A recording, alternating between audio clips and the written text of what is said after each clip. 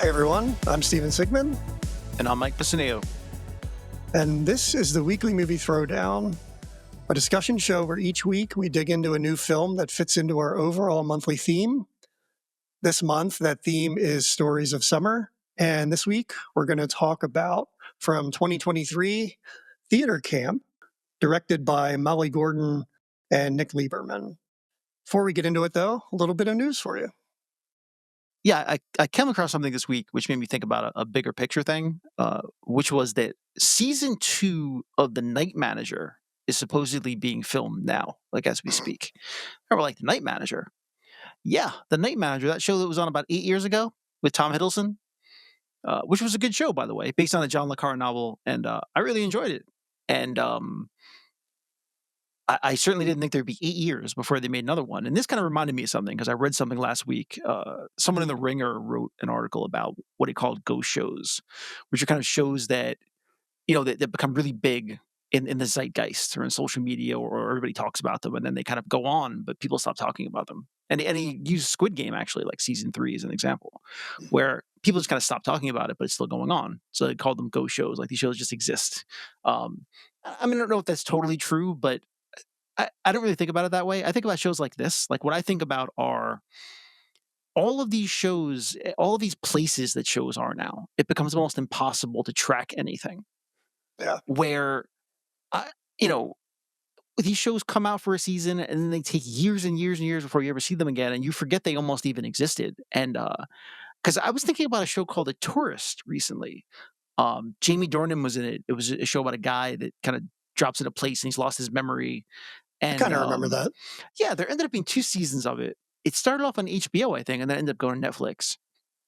And it just kind of popped into my head, and I thought, yeah, what is going on with that show? Like, I don't know. They never canceled. It's not canceled, but it also hasn't been renewed. It just Yeah. exists in this netherworld where it could exist. It could still be going on. We really don't know if it's ever coming back. And I don't know what to think of that. I guess we call that like the Atlantaverse, where, when Atlanta was going on, it would come out whenever the hell it wanted to. Like every 3 years, they would bring a season of Atlanta. And you just would never knew.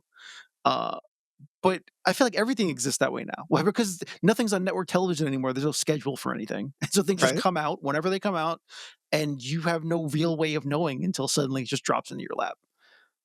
Yeah, it used to be like Curb Your Enthusiasm was kind of an outlier because Larry David could do whatever he wanted and it would take Right. years and years. But now it seems like so many things are following suit. And yeah, who knows? Yeah, I don't have a term for it. I'm trying to think of one, but it's just a lot of that's going on now. I don't know what to make of that.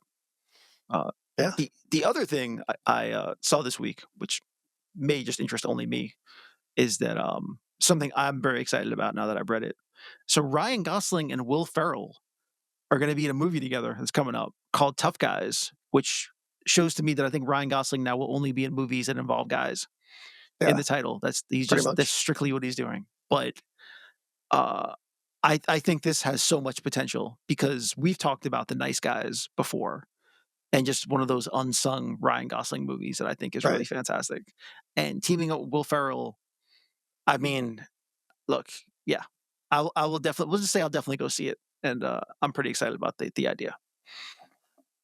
It's interesting. I feel like these PayPal commercials have oversaturated Will Ferrell for me.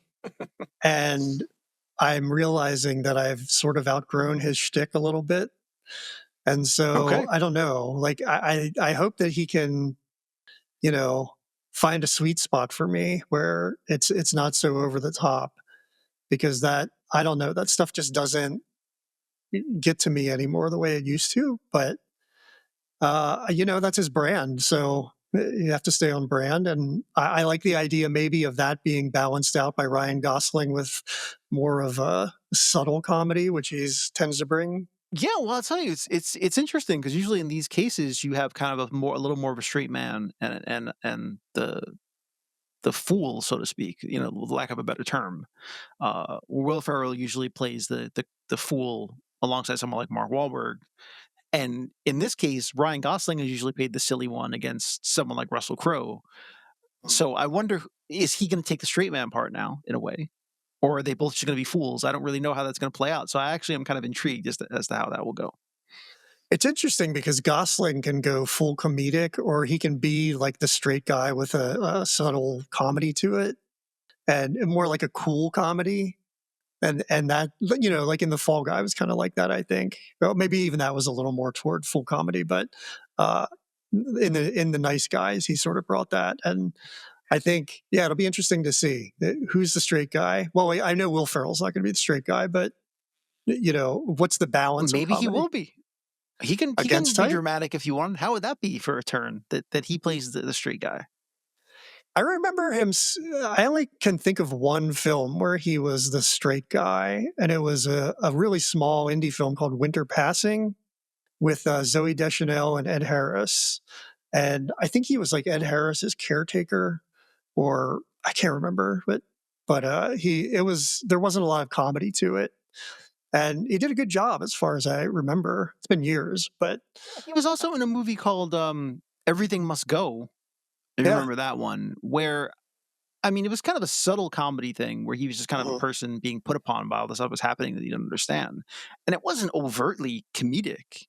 So I don't know. Yeah, I I'm excited either way. To be honest, this definitely fits in my wheelhouse. So Yeah, we'll we see. will see.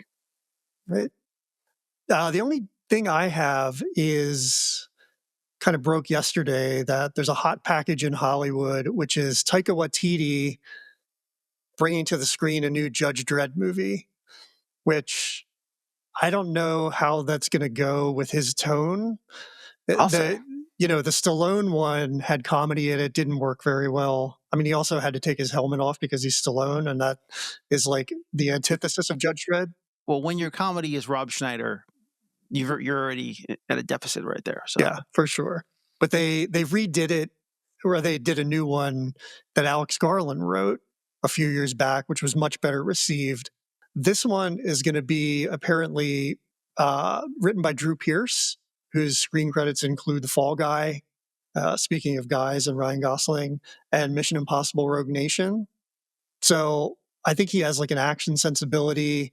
I'm hoping there's not a lot of Taika Waititi's kind of tongue in cheekness in it, because I don't think that fits at all with Judge Dredd. I was a big fan of the comics as a kid. It was like one of yeah. my favorite comics. Oh, And this is supposedly a lot closer to those comic book narratives and a lot of world building. And I'm excited to see, there were like the Four Horsemen, which are these four other dark judges, and they're almost like supernatural. And they've always been kind of my favorites. So I'm really excited to see how they show up on screen if they do. And uh, I don't know. I mean, it's more IP. It's Taika Waititi. I mean, he was really hot for a while, but he's kind of fallen off, I think. So we'll see what happens. I don't believe there's a release date yet or anything that's even, in the works for it, but just announced as a hot package, quote unquote. So I thought it was worth mentioning because I'm a huge fan of the comics and always look forward to an attempt anyway to get Judge Dredd on screen. So we will yeah. see They how it definitely goes. haven't perfected it yet. So maybe third time's gonna be the charm. But like with Fantastic Four, maybe you'll finally get it right. We'll Well, see. we'll see. Right. We don't That know about that that that one yet remains to either. be seen as well. We'll see. Yeah. So yeah, but that's it for news. Let's move into our film, Theater Camp from 2023.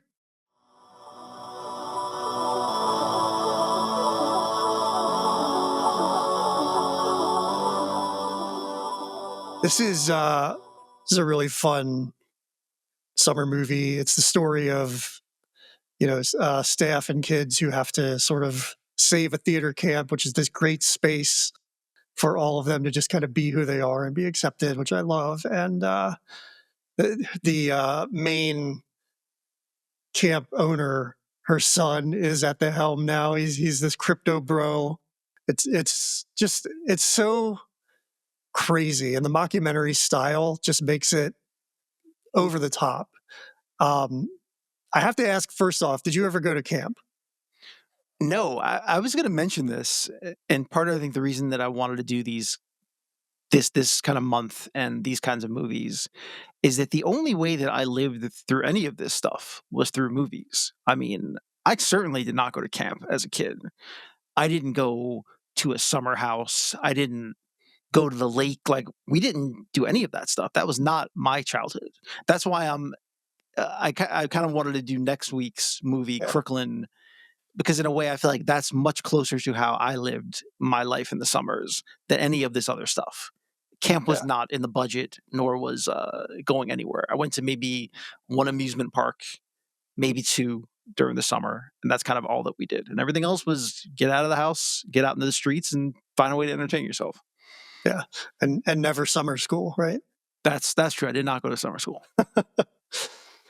Uh, I went to an AV camp, which is probably surprising to no one. It was super nerdy, but Wait a minute, uh, wait. So the AV camp in the summer, so you basically went to a camp to go indoors to learn how to run wire and shoot things inside? no, this is what my AV camp was. It was me and 3 other kids who went to the local high school and went to the AV room where they had a VCR and we watched movies all summer. That's what it was. Ah, It was okay. like staying indoors. I don't even remember supervision being there. We just had access to the AV room and a VCR, so we could rent movies and take them to the high school and watch them for some reason. That's funny. Yeah, so that's my only experience with camp, and it wasn't great. But this camp looks super fun. I mean, this has. We should say first that this started as a short back in like 2020 and took 5 years. They were developing it into a feature. And then Molly Gordon and Noah Galvin worked on Booksmart together. One of the producers on that, Jessica Album, they presented it to her and she helped them to turn it into a feature. Then its trajectory is that it went to Sundance, was pretty well received there. Fox Searchlight picks it up for $8 million. And that's kind of Wow. the story of how it got made. One thing of note in the short film is that Ben Platt's character was named Angelo Bassett, which I think is just like Really? fantastic. That's a great name. But yeah, so that's its trajectory. And it, man, I really liked it. I saw it once Well, hang on a before. second. You mentioned Angela Bassett. So, because when I saw Amos Klobuchar, I mean, Amy Klobuchar is Like, a yeah, senator from, can't remember what state it is, Minnesota. Minnesota. Yeah. Yeah. So, so that makes me think more so that that is what they were doing. Because if Angelo Yeah. Bassett was a character, yeah. Okay. He said he wanted something like next to somebody else in the phone book for some reason. Like that would be the That's thing. funny. Okay. So, um, what did you think of this film? Did you like it? I have a lot of thoughts about this movie. First of all, I really did enjoy it, but I will preface that by saying that movies like this I always kind of shy away from. Um, there's something about the because part of what this is, and a lot of improv. This movie is a lot of improv, and improv itself Mhm. always makes me a little bit uncomfortable. I think that's why I wouldn't do that kind of thing. Like the idea of it makes me a little uncomfortable, and watching other people do it makes me uncomfortable. And like watching people kind of lean into the cringiness of the world in general, I always have a bit of a hard time sitting in it. Um, so movies like this, I'm always a little nervous about how I'm going to feel about it before I see it. And interestingly enough, we feel like this is definitely a sibling movie to Waiting for Guffman, Mhm. which is the first thing I thought about when I was watching it, but also a movie I had never seen for the same reasons. And so this week I actually watched that as well. I decided to Oh, just kind good. of break the seal on all of them, and I watched Waiting for Guffman too. And I'm glad that I did because in both cases, the movies ended up being something other than what I expected them to be. I expected to be not only uncomfortable because the idea of people doing things poorly almost on purpose makes me uncomfortable. Mhm. This idea they would put on something that's just terrible and that the whole thing would be cringeworthy. I'm never sure I want to see that. But in both cases, and I think that's why Waiting for Guffman is a decent comparison to this, is that in both instances I was really surprised that the product itself is actually pretty good. Yeah. Like they don't make something that's dumb for the sake of being dumb. Like they do actually care about the art, and they make something that isn't silly. That actually is pretty entertaining. It's just everything around it is silly, but the characters aren't played for a joke, and the work itself isn't played for a joke either. Does that make sense? Like I'm finding a hard way to articulate it, but that's kind of what it is. That so I ended up feeling really different about it, and I really like this movie for that reason. That it ends up being a really feel good movie. That the play at the end, you're like, wow, that's actually much better than I anticipated. Just like with Waiting for Guffman, where you're like, that actually wasn't terrible. Yeah, I think when you put on a show like that, like, it has to pay off. That has to be the like, almost the twist, because you go through so much chaos and then, oh, it's really good at the end, and that this is kind of something that carries through in a lot of these camp movies. Like we mentioned Meatballs last week. The big thing at the end is the Olympics, like the inter camp Olympics or whatever. There's like a talent show in Wet Hot American Summer, so it's always building to something at the That's a end. good example. Wet Hot American Summer is a movie that I didn't kinda like going into it, and I didn't like it going out of it either. Like, that one never Really? really broke for me. It just felt a little too silly for my taste. Like, it's just something I like almost all the people that were in it. I just never really was able to settle into it without feeling like this whole thing is just not paying off for me. It's just making me Right. uncomfortable, and I'm out. Okay. Yeah. Yeah. Okay. But this one, I think, it's tough with mockumentaries. Like you mentioned, Waiting for Guffman. Sometimes I think they can be a little like, actually the satire gets a little dark and snarky and mean. And this doesn't do that at all. I think this has a lot of charm to it. And there's like a real heart at the center of it, which is also something we've talked about with these summer Yeah, movies. we always come back to that, and I think that's what both of us take to in this. Even the idea of someone like Troy in the movie, uh, who clearly is out of his depth. And, part of what this whole thing starts is that they treat him like an outsider and they tell him that he is. But he actually is genuinely trying to find a way in. And he's trying to help them. He's trying to save the camp in his own way. He's just not particularly smart at doing it. But even Troy isn't coming from a place of malice. He's very much coming from a good place, and I think that is part of what makes movies like this work. There is a clear bad guy, which is the other camp, but within this community, it's like everyone is actually a pretty decent person. Yeah, I think that's what lends to like the heart of it really is everybody's there. I think it speaks to the camp itself, which to me is a safe space, which is so important for theater kids.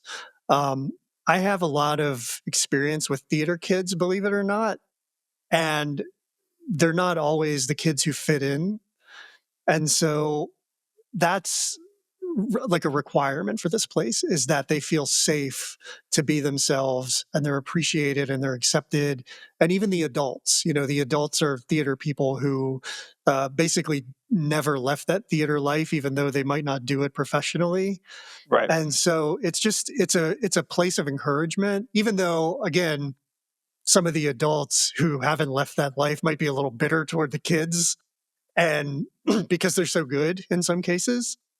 I think that was what I saw in Ben Platt, and I wondered, like if that was something he experienced as a kid because he's been working for so long. Maybe he was sort of seen that way by adults who were auditioning or producing something. But I just love that it shows you the importance of like community and the arts. And I don't think you could have that message come across as clearly if there was some kind of like wrench in the works that wasn't from the outside, the way the lakeside camp kids are. Yeah. And that like it's a nurturing space. Yeah. And that's what makes it great. Yeah. And what you get from this is that they are, e- even with the movie itself, you can tell that everyone in this movie knows this world, that they have been here, and they understand the nuances of it so well. And I think that's a really big asset as well. These are kids that have been in these camps. They'd gone there when they were kids. They understand the language of it and all the subtlety of the nerves that go with it and the imposter syndromes and some people that are just way out there. I love the subplot of the kid who's going to theater camp to learn how to embrace being straight Like, Yeah. I think that's a really great subplot, by the Yeah. way. He has But 2 gay dads. yeah, and they're like, we always knew, but I think Yeah. it's like the whole idea of what we see in other movies in reverse because he's the one straight kid there. I like when they catch him playing football, and he tries Yeah. to explain it away. Like, it's true, that kind of stuff was wonderful because even for him though, it's a way of coming to accept yourself in whatever that self may be. In his case, he just happens to be that he's not gay. But Yeah. one of my other favorite lines, I have to say, by the way, is when he's trying to explain to Troy what kind of plays there are. And he's Yeah. like, there are musicals and there are straight plays, and so he's like, well, what would be a gay play? And he's like, I guess a musical. Yeah. There's just something about that scene that makes me laugh every time I see it. Yeah. And there's so many lines to quote from this, like, too many to even get And what into, we but should mention here is that the majority of this movie was improvised. Mhm. So a lot of these lines, and there are a lot of quotable lines in this movie that are very funny, and I think that the majority of them are improvised on the spot. Yeah.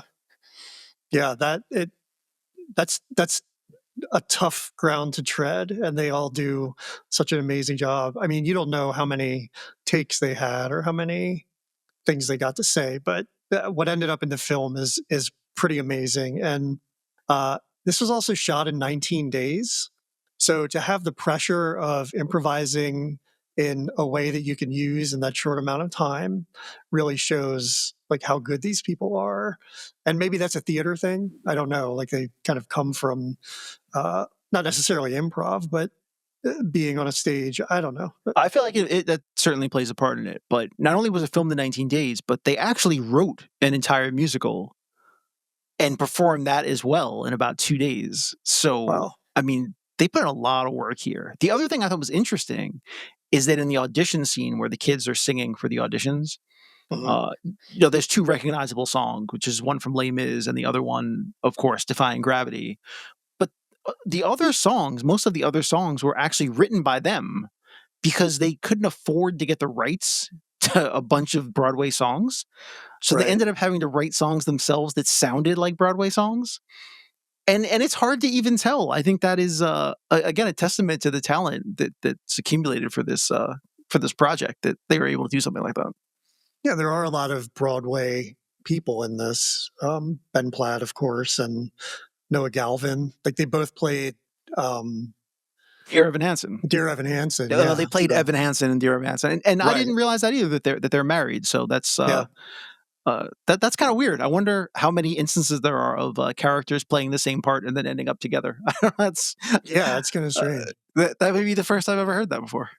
There must be a lot of tension if Noah Galvin was the understudy, and then like Right. you know. Yeah. But Molly Gordon and Ben Platt have been performing together since they were little kids. There's actually footage of them at the end during the musical. Yeah, I love that part too, and again, it shows how much love was put into the project. Yeah. Yeah, they have been doing this. That they were able to use footage of they found footage of a lot of these kids, a lot of people in the show when they were younger, and that there's video of them because they all performed. And I do like that Art Imitating Life, that they put that into the show in a way where she was always in love with Ben when they were kids. And then found out that he was gay, but Yeah. she always had a crush on him, and so they put that into the movie too, which I think was kind of cool. Yeah. It's really fun. Um, we should talk about the cast a little bit. Ben Platt, you know, I know him mostly from Dear Evan Hansen and the Pitch Perfect films. He's been in a ton of stuff, but his character of Amos is interesting. I mean, he feels like the most realistic theater person to me from my experience, my limited experience with theater people, who doesn't necessarily want to help the kids coming up. It's more about him than them. And that is that's a really interesting character because he's so codependent with Molly Gordon's character, Rebecca Diane. And kind of their arc is that she wants to break free of that codependence. Oh, another And great line, by the way, uh, where Janet's character is they're talking about how much they share a mind, and she's like, "Oh, so you're codependent?" And they're like, "No, we just depend on each other." That yeah, was anyway. I'll stop quoting lines from the movie now. It's fine. it's hard to. I mean, there are so many. It's really, really good. But she kind of wants individuality and freedom from their codependence, and he's not happy about that. But That's really, I think, sort of like the central thing of the film is like these two kind of growing up and going their own way. And he's a teacher and she's not. It just comes down to that. So it's really Right. For interesting to whatever watch. reasons, he doesn't want to step into performing. He just feels more comfortable teaching, and that's not what she wants. So yeah. And they're so codependent that they even auditioned for Juilliard together, and she got a call back and he didn't, so she didn't even go. That is crazy to me. That is one of the most prestigious schools, and to not go because your friend didn't get in is pretty wild. But most people know Molly Gordon as Claire on The Bear in the past few years, Yeah. but she's been in a ton of stuff lately. I think I first saw her in Life of the Party with Melissa McCarthy, where she goes back to college, and Right. that she really stood out in that. And then she was in Shiva Baby with Rachel Sennett, and later Booksmart. And she's in something now that she co-wrote called Oh Hi, which I think either comes out this week or next week. So it'll be fun to go see that. I really like her as an actress. She's more on my radar than Ben Platt, and I look forward to the things that she does because she just has like a in this film anyway. She has sort of like a new agey sort of like freewheeling quality that I think is really good, and that kind of Yeah, carries over a little bit into that all of her weird characters. subplot where she's like channeling people is Yeah. is so bizarre. I don't even know where that came from, but yeah. So the directors of the movie, Molly Gordon and Nick Lieberman, are both children of people in the business. Um, if that has to be said, we don't necessarily trash nepo babies around here, No. but it is something to be said that I think both of them took on a lifelong love of the work from both of their parents being in the business. And so, Molly Gordon being someone who both of her parents are directors, um, but she's been in acting camps and work since she was like 3 years old. So this is just something that's in her blood. It's kind of seems like the only thing that she could do. It seems like maybe the things her dad directed kind of informed the project she does, because he directed Party Down. He directed 9 episodes of Curb Your Enthusiasm. So he really has that comedic tone to the things he directs. And a lot of the things she does, I think, or at least the way she acts, kind of has that to it too. So, yeah, I mean, as a Nepo baby, like maybe that's quite an influence on her. Yeah. Well, you mentioned the bear, which the thing that most people know her from now is the bear, but that is honestly probably the furthest apart from the other things that she's done. Yeah. In that one, she plays kind of the calm center of a show in which everyone else is spinning out of control. Uh, Whereas in most of her other work, she gets to be a lot funnier than she is in the bear. Other side note, just in connection to the bear, of course, is that Io Adibri is in this movie as well, Mhm. and this was filmed probably the year before season one of the bear came out, or right around the same time. But Molly Gordon isn't in it till season two, I believe. The character Claire's only mentioned, so I don't think she pops up until season two, unless I'm crazy. But either I way, think she does. I if think she's she's in in season season one. one, Yeah, very barely. barely. So then she becomes more of a character in season two. But they're actually really close friends in real life, which I didn't know, which Mhm. probably had a lot to do with what she's doing in the movie rather than any bear connection. Yeah. Yeah, they're it's like them and Rachel Sennett seem to be this kind of like tripod of cool young A24 people. Um but she's really well, first of all, her character Janet, uh, it in cost-cutting measures, Troy fires like 8 people and brings in one person to replace them. So it kind of sounds familiar. And she gets hired with really like zero qualifications. She completely lies about it, and she could almost be a criminal on the lam or something. I mean, there's just no vetting, Yeah, and it's she has really no idea what anything is that they're talking about.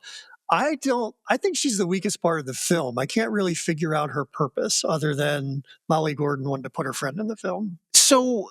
I thought about that the second time I watched this. it made more sense what her character is. I mean, besides just being funny about the idea of bringing in some stranger who claims to know, whose resume is a complete fabrication, I think that what she's important for is that one scene around the campfire where she's kind of the person on the outside, almost like us, looking at these people with a Mhm. bit of a side eye, hearing them speak about certain things and just kind of calling them on their BS. Like when Rebecca Diane pulls out her instrument and plays that weird song at the campfire.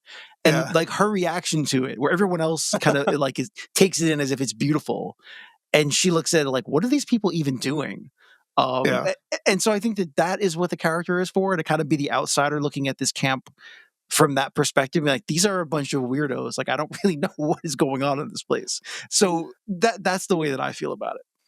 Well, yeah, I mean, I guess she's kind of an interloper and would be the only impediment to, like, the safe space that I talked about before, and I wish there were just, like, one line that tells you a little bit about where she came from, because I think that would make it feel so much more necessary in the film to me. I get that she's like the audience POV, but I wish I knew where she came from, like just one more thing. But even in that regard, she commits because she does teach them stage combat. So, I mean, she commits to the bit. I do like the mask work scene. Like, yeah, I guess everything she does is quite quite crazy and really, like taught with beginner's mind, which is works out in the end, I guess. But But we got far off track of talking about the cast, individually. Stepping back and looking at this, as we were saying, I mean, a lot of these people in this cast I recognized either from things before, but in a lot of cases, things I've seen almost all of these people in after this. yeah, So regardless of how successful this was, I mean, a lot of the people in this I've seen fairly recently. I mean, mhm, obviously we saw Jimmy Tatro, who plays Troy. We saw him in that Cordially Invited movie, which he oh was actually my favorite part of that yeah, movie. yeah. So go figure. I didn't realize he was in this. Nathan Lee Graham, who plays the dance instructor, he's in that new TV show with Nathan Lane and Matt Bomer. Uh, Oh, I don't know what it is, but I remember seeing Yeah, something about it's it. like a gay male version of the Golden Girls that they made, Okay. which is actually kind of funny. It's fine. Yeah, I'm sure you're not surprised that I watched a couple episodes of that show because I tend to check out everything. So I did watch some well, of that show. it won't be around for long, I guess. I know, that's why I stayed away from it. I didn't want it to be canceled, so I didn't bother watching it. But, I Maybe mean, that should be your approach. You just let things go for like 5 seasons and then you binge them, and then they're canceled. it's a fair point. Well, so speaking of, so the other character, the Gigi, who's the costume designer, I was trying to figure out where I'd seen them before, and I just started watching a show on Amazon called Overcompensating, that Benito Skinner show about college, which again Oh, I don't I'm know. sure you haven't heard of. So it's he's I don't even know who that is. He's kind of like someone who got famous on the web. I honestly don't know anything about this person. Mhm. He's popular with the kids or something. But he has this show on Amazon about this kid that goes to college, and it ended up being a lot better than I expected it to be, and so I've kind of got sucked into it. But uh, the Owen, I guess his name is Owen Teely. That's the name. Plays Gigi. He's in that as well. So just saw him in something. Patty Mhm. Harrison, who plays the person who steals the camp, Yeah. she was just on a run of Poker Face. Yeah, and great in it. I love Yeah, her. so I'd never seen her before until I saw her in that, and then I just saw her in this. Apparently, she's great at improv as well. Yeah, yeah. So yeah, just a lot of these people have kind of popped up since even doing this project, and a lot of things. Oh, and the other one, the kid who learns that he's straight. Mhm. He's in that show Your Friends and Neighbors. He plays the Oh, okay. son in that show. Okay. So yeah, like I said, all these people are just popping up in all these things that I've been noticing. Also important to mention Noah Galvin, who plays Glenn.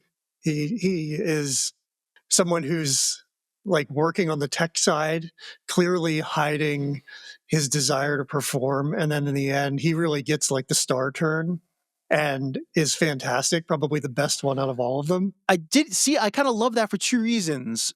One, because you really weren't sure who was going to pick up the part of Joan when Mhm. when it fell apart, But the Right. other thing too is Troy is the one that sees it. And Yeah. that's part of it too, where it's like Yep. Troy, the outsider, is the one who sees Glenn and encourages Glenn to step in. And I just kind of love that. Again, Troy was never the bad guy. Like he genuinely was trying to find a way to help and be helpful. And it's pretty clear from the beginning with Glenn when he's teaching Spotlight, and the Yeah. kid's like, "This is pretty boring," and then he just starts dancing and performing, and he really wants to let it out, and it's so good to see him get that opportunity. Uh, he played by Noah Galvin. I haven't really seen him in very much other than Booksmart, and I don't even really remember him in that. But he was also in this film called Assassination Nation in maybe 2020-ish, that was directed by Sam Levinson, who created Euphoria. So it's kind of a dark movie about kids who kill people. He's also in The Real O'Neills. Is that one that you watch? It seems like it would be in your wheelhouse. No. I did No, not watch that show. That is a show it, I didn't see. the star of Noah Galvin was in all of the episodes, I believe, but the star of it, and I guess who plays his dad, is I don't remember the actor's name, but he was Stan on Mad Men, the guy who always hung out with Peggy, and in the copywriting department. Right, He right. Yeah, I love that guy a lot. I'll be honest, not only have I never seen this show, I'm not even sure I ever heard of this show. Yeah, I haven't either. So again, just another show that came and I don't know what the hell it is. So. Yeah. I want to also point out Caroline Aaron, who plays Rita, and she was kind of like, we should mention that the original Joan is Amy Sedaris, who's in this for like 2 minutes and just like in and out, and kills it in that 2 minutes. But her sort of right hand lady is Rita, who's played by Caroline Aaron, and she stays at the camp while Joan is in her coma, and really just tries to stay the course in Joan's absence, and has a lot of trouble treading water. But she is a fantastic character actor who pops up in all kinds of stuff, from Grey's Anatomy to Modern Family. I remember the most as Schmidt's mom in the 21 Jump Street movies, Yes, where that's right. she was just like really, really funny. Thank you for that. I So was trying to figure out what I had seen her in that I really liked her in. That's what it was. yeah, yeah. So yeah, that's her, and she's always really great. Oh, it's worth mentioning the other plays that were put on. You see the posters for. I did. A couple of the titles are Blackmail and Botox, with the subtitle "Don't Give Her Any More Lip." And there's a Hanukkah divorce, A Woman Bleeds in the East, a period piece. It's just great writing. But then On even the their part. shows they're putting on, that I don't know if you noticed that there was like a Meryl Streep week and they were putting on Kramer Yeah. versus Kramer. It's Yeah. like, what the kids doing a stage version of Kramer versus Kramer. I love that was a that. good one. That shows how serious they are about performing. I think that they do all of this. So yeah, it's really great. So yeah, what has to be said as we're going through this is a movie for a certain kind of person, which I guess is us, but it's very much for a person that kind of either likes the theater, has a connection to it in some way, because as I said, these people are all connected to this world, and you can see how much they love it. And there are little things in here that are for theater nerds or for movie nerds or just people that kind of know this stuff, and that's where a lot of the humor comes from. So Yeah. I wouldn't necessarily say that it's for everyone, but for the people who feel a connection to this universe or know it, or have even seen a Broadway show, it's like there's just a lot of humor in this and a lot of knowing humor, and I enjoyed the hell out of it, honestly. Yeah, it's kind of like by theater kids for theater kids. Right. And I was wondering about that, if it's too niche for, the general audience. But um, I think if you're open to like mockumentaries, it doesn't matter. Like, is Waiting for Guffman uh, too niche? Is like Best in Show, any of that stuff? So I think if the comedy is broad enough or the story is interesting enough, it can carry over. We'll talk about the numbers later. It did not carry over for this Yeah. film. I have to admit that I may have liked this one a little more than Waiting for Guffman, having seen them now both in the same week. Mhm.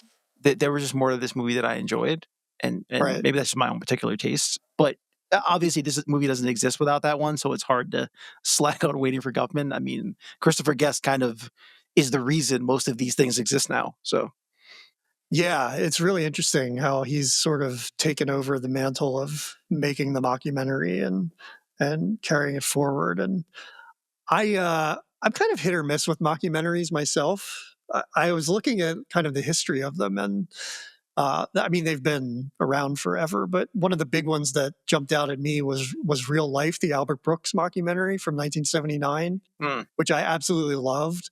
But then celebrating its 50th anniversary this is Spinal Tap, which I didn't necessarily love. I can't believe that Spinal Tap is 50 years old. Isn't that crazy? Uh, wait, are we sure didn't it come out in like Is it 40? Maybe it's it's 40. 40, it's not Yeah, 50. it's 80, Because it came 80, out like it came out in 80 83 or 45. 84. Yeah, yeah. See, that's funny you say that because I really loved This is Spinal Tap. Okay. And I think the reason is, and again, as we say, these movies aren't for everyone. I think that you have to have a deep well of love for heavy metal. Yeah. For Spinal Which I Tap did. to really. Did you really? Oh, yeah. So that's interesting. So I'm surprised that you didn't love it because I think that was for me like they hit so many notes so well in that movie. So so much so that because I watched the Decline of Western Civilization Part Now 2. that I liked. So Decline of Western Civilization Part 2 was all about hair metal. Yeah. And a lot of them even mentioned Spinal Tap in a way where it's like they watched it and it was so close to home that it made them feel uncomfortable about themselves. So I mean that just shows how good that movie was in really nailing that self-satisfied like pomposity of that era of heavy metal. So Well, then I guess, I think this really hits, from my experience with theater people, this feels pretty damn accurate. And so maybe it's sort of like the spiritual sister of Spinal Tap in that way, where it talks about a specific group of people that and really nails it. I don't know if Best in Show nails the dog show world or not, but yeah, uh, that's a fair way. It feels real though, but I'll tell you right now, I think there's a reason. I can give you my top 3 mockumentaries right off the top of my head, uh, and I think it's because I like what they're about so much. Like This is Spinal Tap, Fear of a Black Hat, and this actually become my top 3. But that's probably because I love metal, hip hop, and theater. It- so those 3 things work for me. So I think that's why I like them the best. right. Yeah. Well, you're a music guy, and that covers all the music, I guess. Yeah. So Did you just speaking of mockumentaries, did you watch Documentary Now on IFC? I did watch some of that. Yeah. Now that is amazing. I mean, that goes it's so absurd, Yeah. like this is grounded in a reality that has like a just a tiny level of absurdity, but that's kind of how this world is. And Documentary Now is just absolutely nuts. I mean, it takes it to like, well, to quote Spinal Tap, it goes to 11. So it's yeah, I really, really love that. And for people who don't know, that was a show on IFC that I think was produced by Seth Meyers and Bill Hader Mhm. and a couple other people, and they just spoofed other documentaries. Like they turned actual documentaries into mockumentaries, which I is mean, that's that quite is good. really inspired. Yeah, And that's the thing. Something like that can only be done by someone that is it requires a level of intelligence to be able to take an actual documentary and film it for real, but as a spoof. I mean, that's a line to walk that you have to really be a good writer and have committed performers to pull off, or that could fall apart in a hurry. yeah. They every week they nailed it. The one I remember most, of course, was the Hall and Oates spoof one, Yeah, like the behind the music type of thing. Like that was yeah, so spot on that it was crazy. yeah. They're so It good. captured those eras so perfectly. I mean, those are people that know that stuff in their bones. It was Yeah. so good. Well, Hader in particular, just like an intense cinephile. So I'm sure he was bringing most of that knowledge for them. But yeah, they did everything from like Stop Making Sense to The Kid Stays in the Picture, the Robert Yeah. Evans documentary, and just I might go back and watch those now because I remember loving them so much. And in theater camp, the cinematographer was Nate Hertzellers, who I read an interview with him, and he said that they look to like hard hitting documentaries about how to shoot this, like Grey Gardens and The War Room. So it wasn't necessarily like mockumentaries, but they were looking at how to film a documentary, Hmm. which I thought was interesting. And yeah, I mean, it totally has the feel to it. It was shot on digital, but they went in and put film grain in it to give it that sort of old look, and uh, use vintage lenses too to kind of give it a little warmth. But I thought for sure it was shot on film when I started watching it, so I did a little research. But uh, I can't imagine, with the budget this thing had, there's no way I could shoot on film. But yeah, I don't know. Do you have anything else you wanted to bring up about it? Well, I did want to mention that it actually did film in a closed camp that was upstate, Mhm, which also definitely lended the real feel to it because they really were there. They were sleeping in bunks, and so I think that led to a realness of it as well, which I appreciate. mhm, Um, I just have to ask you then, as we were talking about quotes from the movie, your favorite lines. mhm. Uh, what do you think your favorite tossed off line was from the movie? Oh my god, there are so many. I wrote them all down, but I I don't know if there's a favorite. I think when he, I don't even remember who says it, but I wrote it down, and it says, "Mom, Dad, I'm a thespian." I Oh, don't that's a remember who. bumper sticker on the back of the car. Oh yeah, yeah, yeah. I love Yeah. that. Uh, what else is there? By the Like, way, I like the name of Rebecca Diane, which seems like the most yeah, pretentious name that a theater person could have. Not even a last name, because it's yeah, Rebecca hyphen Diane, which is like just one first name, but there's no last name. right. Yeah, I appreciated that. There was I forget who was. Oh, it was the dance director, and one of his things that he was saying, I think, was like "jiggle like a jackal, jiggle like a jackal." I really love that. What about you? What was your favorite line in it? I have to say, yeah, I mentioned some of the lines I really liked, but I think that the line that actually made me laugh out loud was when he said, "Let's blow the roof off the ICU." I Yeah. don't I don't know why. I just that just made me laugh. Um, because I felt for sure he just came up with that on the spot. I don't know why. So it made me laugh. Yeah, that's funny. And oh, that reminds me, Susie Essman cameo at the end, Oh yeah. where they. I mean, that's a great gag where they do a live feed of Joan's ICU bed, and it's not even her. Like, that's pretty great.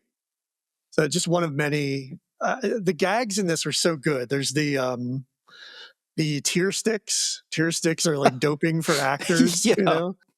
Like there's just so many good ones. Oh, and then they kind of give you a wrap up at the end, and like they had title cards all the way through, which I thought was a fun way to kind of introduce everybody and move everything forward. But uh, one of Troy's ideas to raise money is he rents out one of the cabins to an Airbnb, and then at the end, it turns out that guy comes in and saves the day because he's a former stock exchange guy who got hooked on cocaine, and Yeah.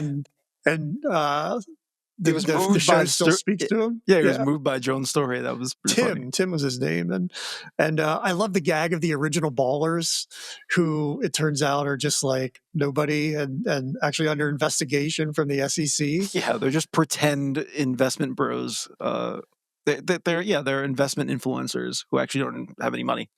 I feel like the wrap up with those cards like that.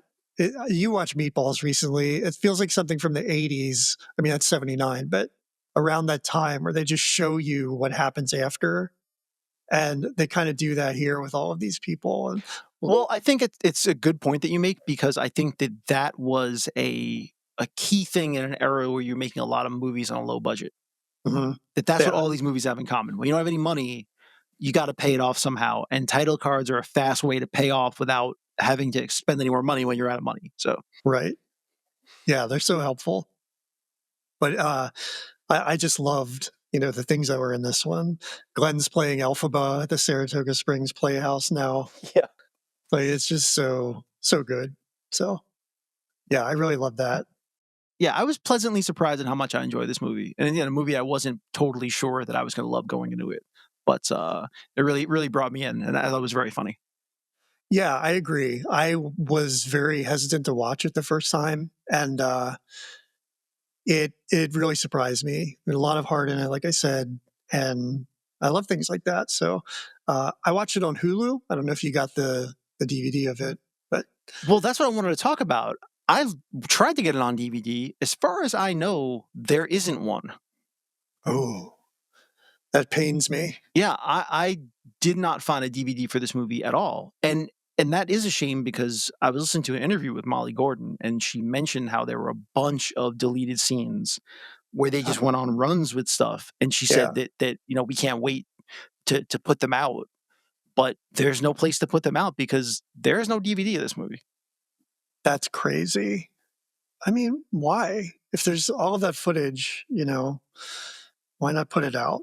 But I mean, they'd probably make a little money back, which I they don't know. You needed may to. answer. You may answer your own question right now. So Yeah, that so actually it was purchased at Sundance, like I said, for $8 million, but the budget on it was 5 million, and it only grossed 4.4 million. So definitely not a money making endeavor. But what I looked up is the weekend this came out. Listen to this lineup that it was put against. This came out in July. I mean, I get the camp is in the summer, but I don't know if that's you put it. necessarily important enough Yeah, you put it for out in this. April or August. Yeah. And so these are the things that beat it in the week it came out: Mission Impossible Dead Reckoning, Spider Man Into the Spider Verse, Indiana Jones and the Dial of Destiny, whatever Transformers movie was out, the Little Mermaid remake, Guardians of the Galaxy 3, and The Flash. Like, why would you release this movie with that slate of films in I theaters? assume they were thinking counter programming, but that's Oh, all the screens. Like that's yeah, literally all yeah, every screen is taken up. I'm sure this movie wasn't even out on more than a few hundred screens because where are you going to put it out in that right. market?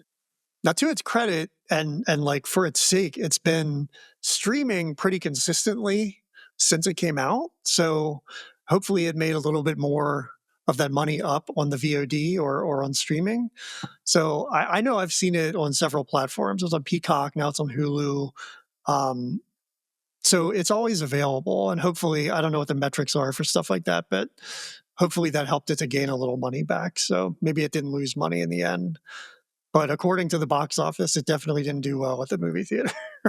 Well, I mean that is a shame because again, I was listening to some interviews about this and yeah, they mentioned how they wanted to make a movie that they felt like hadn't been made in a while, and they referenced some of the old Fox Searchlight stuff, which could we watched the Fox Searchlight movie from last week, Yep. but yeah, they mentioned like Little Miss Sunshine, things like Right.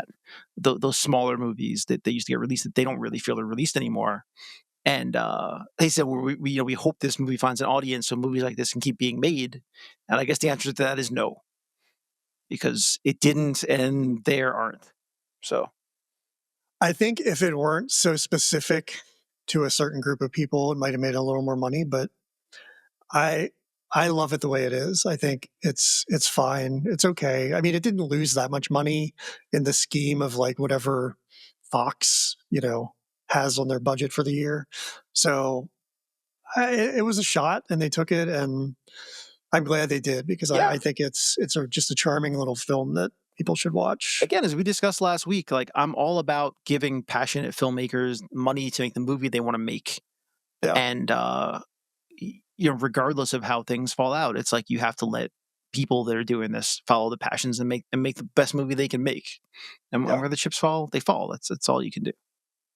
All right. Well, I think we both recommend Theater Camp, so track it down. And like I said, it's on Hulu now. And let's move into what we watched this week.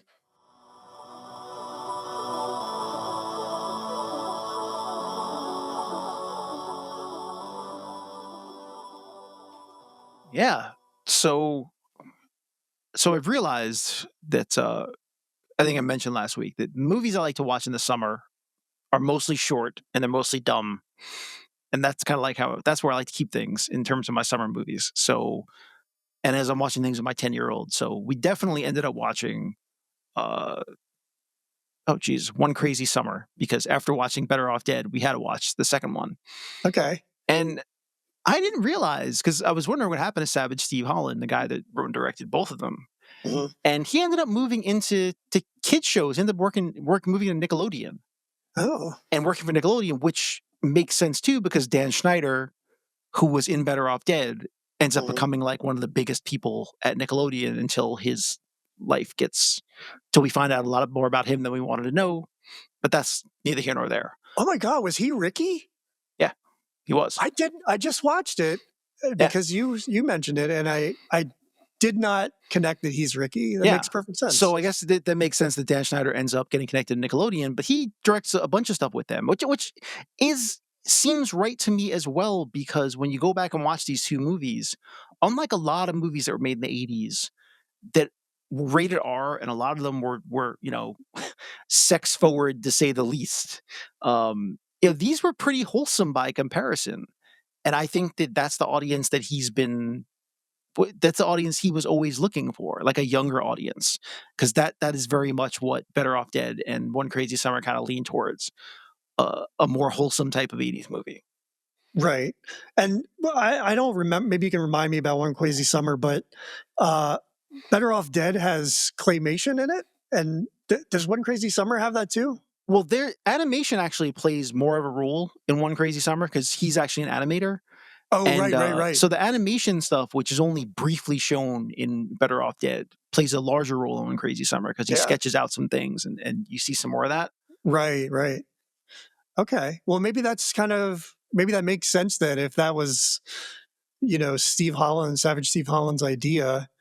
Maybe he has that sensibility that works well for kids. And Yeah, I definitely think so. So it all kind of came together because I genuinely wonder what happened to him because I mean he got to make two Hollywood movies back to back in the mid '80s. So I was curious as to where he ended up going. if I recall, there was a lot of bad blood between him and Cusack going into Really? the second movie. Yeah, I'd have to look up the story. I heard it years ago, but I think Cusack wasn't on board for which one was first? One Crazy Summer? Better Off Dead was first. Okay, so for One Crazy Summer, as I remember it, he had a lot of problems with Savage Steve Holland and he wasn't willing to do it. But there was some kind of a contractual thing, I think, where they had to do, I don't know. It's worth looking up because I remember at the time it was pretty compelling stuff and like pretty hot goss. But John Cusack seems to have falling outs with lots of people that he works with. yeah, But but it's always the other person. yeah, I don't know. But I have no idea. But so let's talk about the biggest movie of the week, which I saw, Right. which I'm not sure that you saw, which is I did. Superman. Yep. So you did see Superman. So Mhm. great. Very much want to talk about it. Yeah. What are your thoughts? I really enjoyed it. I Mhm. have to say, it was everything that I was pretty much hoping that we would get from a Superman movie. My feelings about Man of Steel are well known. Um, I think Zack Snyder's makes good looking films, but again, I think other people have said this, but I've always said it that he did not understand Superman, Yeah. and it was really good to see someone who got the fundamental idea of what Superman was supposed to be. Right. And that's what we're looking for. And I think that what this shows even more is that everyone always talks about this. We're cynical now, and can Superman even fit in the world that we live in now? And I like this, and I was glad to see this that definitively showed that yes, people have always been looking for a good Superman movie. We just haven't Yeah. gotten one in like 3 decades. But everyone knows Superman, and if you do it right, people will come because even though everybody may think he's corny for whatever the reason may be, it, there's a genuine love for the character of Superman. Yeah. So if you do it well, people will come out to see it. I thought it was really good. I didn't love some of the spectacle of it, and I think the Justice Gang stuff kind of got in the way a little bit. But overall, what I really liked is that James Gunn brought like the vibrancy to the DC universe that was really lacking, both like visually, stylistically, and tone wise. And I think it really, like a couple nitpicks aside, I really enjoyed it a lot. So I'll And just jump in and say, as um, someone who read some of these comics back in the day, the Justice Gang thing, and that they briefly show you Maxwell Lord towards the end, mhm, played by James Gunn's brother. right. it makes me think they're going to start leaning into a certain version of the comics, which Mhm, I was a huge fan of when I was a kid. And that's why I actually was perfectly fine with the Justice Gang, because there's a certain version of the Justice League connected to Maxwell Lord, which is very funny, that I always mhm. thought was really funny. And if they go that direction, I would not be upset with that at all, because I thought it was a really good time. So I wasn't bothered by that if they're setting it up for the reason I think they might be. I definitely like that it's there. I just think some of it felt like it got in the way a little bit of this. Well, Like, I will say this though, and this proved again what James Gunn is good at, because like the second most important character in the movie is Mr. Terrific, yeah, who no one knows as a character. I mean, he's like a right. nothing character. But you take a character that no one knows, you put a stamp on it, and you make people care about that character and make it interesting. And that's basically what James Gunn did with the Guardians of the Galaxy. Mhm, I think he is very good at doing that, at taking an obscure character and putting something into it to make you care about them. right. What did you think of Nicholas Holt? I thought it was an excellent Lex Luthor. Oh, I enjoyed the petulance that he brought to the character, and I yeah, like that he skewed them all a bit younger, because that's also what was lacking. Superman always plays a little bit older. That's what we've been yeah. getting in the over the years, and dropping it where they're like both, late 20s, early 30s probably, I think plays really well. And so that's where you get to see like this young, bratty, petulant Lex, who is so angry that people love Superman more than him. I thought he played that really well.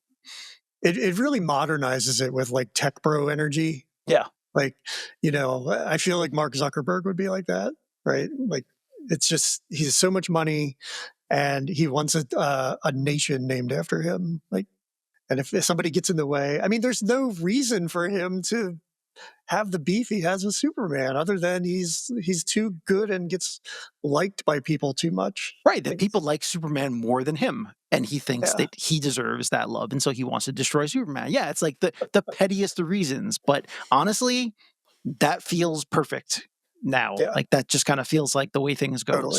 So yeah, it fits. I My favorite part, of course, was Crypto. I love, love, love the dog, Yeah, and I'm shocked. I saw the trailer and saw Crypto and thought, "Oh, boy," because I never loved Crypto as a character, to be honest, and, in the wrong hands, it could go really badly, and it could not have gone better. It really couldn't have gone. Crypto worked so well in this movie that I'm shocked. I found out that I didn't know this. You would think we would all know each other, but James Gunn is a vegan and Oh, very invested in animal welfare, and I love that came through in this film, from Crypto being such a central character and treated well, to Superman not wanting his parents' cows killed, to the people evacuating, making sure they bring their pets with them. There was a turtle, there was a dog. I right. really love those details. And I think you don't see a lot of that now. But I think James Gunn has kind of had that, even though Guardians 3 has sort of a darker, like, with the stuff with Rocket being tortured. I think that's almost a statement in itself about, Yeah. like, animal activism. So I really love that. Speaking of large details, and this was something we're talking about, getting the tone right and understanding Superman inherently. One of the things I truly hated about Man of Steel is just that the third act of just wanton destruction, like watching Yeah. Metropolis get decimated with no care for anyone or anything, like buildings Mhm. just collapsing. It's like this movie went out of its way to show that he's trying to save everyone. He's trying to save people, pets, buildings. He's not just trying to destroy stuff because he can. And that to me is the fundamental thing that you have to get about Superman, that he cares about all of this stuff. Like, that is who he is.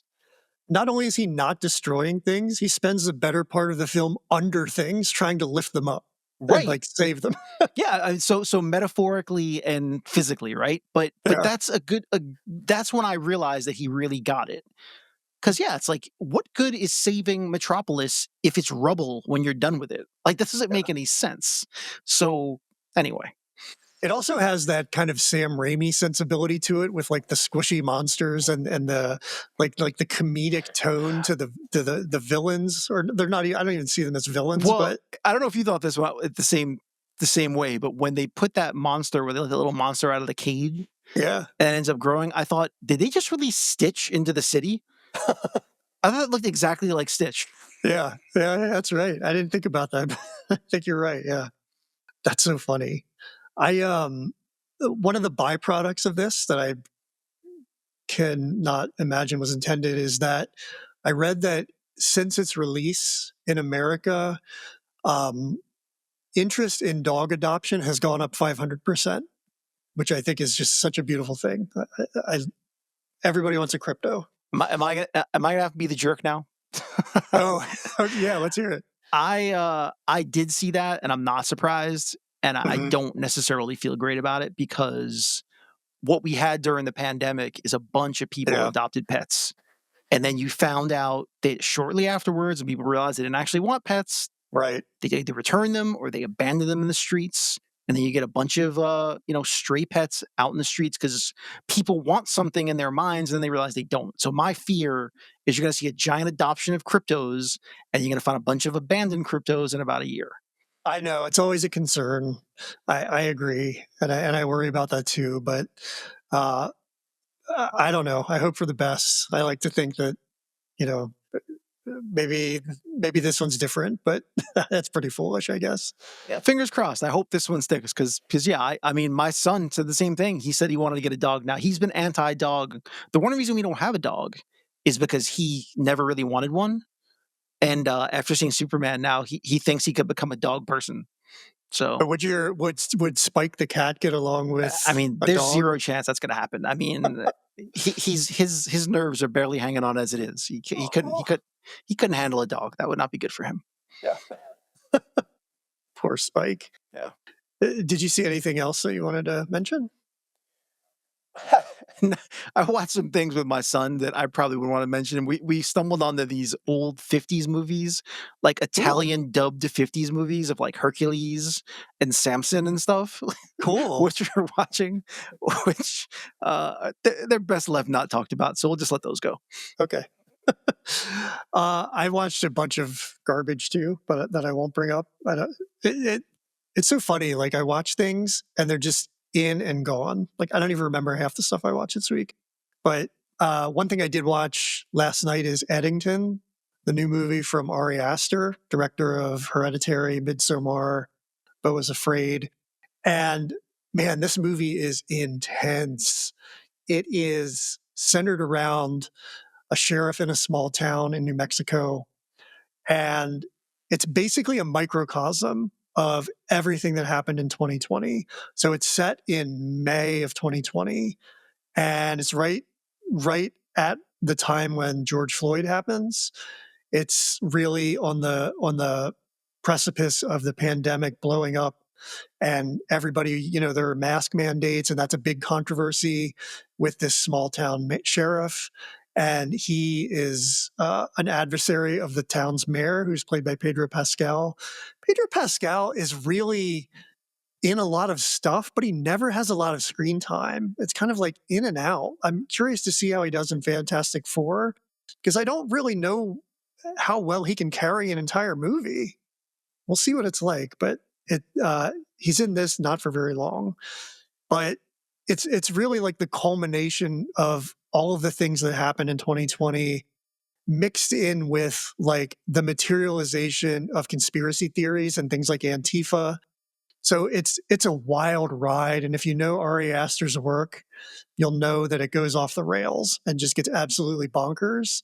The poster for this was a bunch of buffalo running off a cliff, which after seeing it makes a little more sense to me.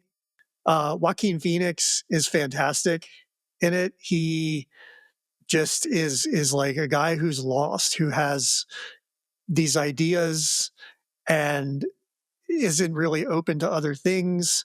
There are people who, you know what it is? It's really a great example of how easy it is for people to get wrapped up in an idea and sort of change their mind about something and get so locked in to this new belief that they go on the offensive for it. I mean, there are a lot of young white kids protesting on behalf of George Floyd. So you have that whole like the racial thing where white people were co-opting the plight of black people, and it just says a lot in kind of a quiet way for the most part. But uh, it was a really, really interesting film, and I can't wait to read more about it and see what people think, because I really enjoyed it. And I always like Ari Aster's films, so yeah, I look forward to hearing what the general consensus is, I because mean, it, I'm actually feel like I'm getting uncomfortable just hearing you talk about it, and I'm kind of surprised he was willing to go there so soon after yeah, everything. yeah, So we will see. it's really holding a mirror up to America, and like all parts of America. So it's really, really interesting.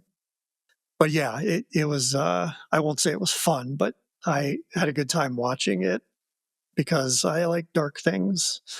So yeah, I think that's all I watched. All right. So Well, let's the just. I just hope it's. I mean, I saw it was 2.5 hours, and I thought. I really hope this isn't a pandemic midsummer. I was a little worried, so we'll see. well, no comment. All right, well, that's it for another episode.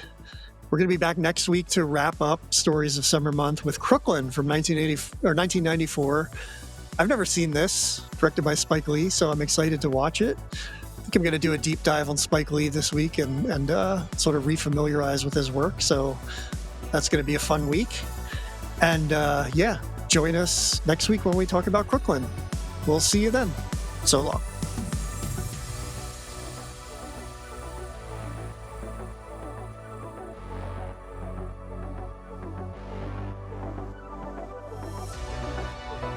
As always, thanks for listening to the Weekly Movie Throwdown. We'll be back next week with another exciting episode, so be sure to subscribe to the show wherever you get your podcasts. And for even more from us, visit moviethrowdownpod.com or connect with us on social media. We're Movie Throwdown on Letterboxd and at Movie Throwdown Pod everywhere else.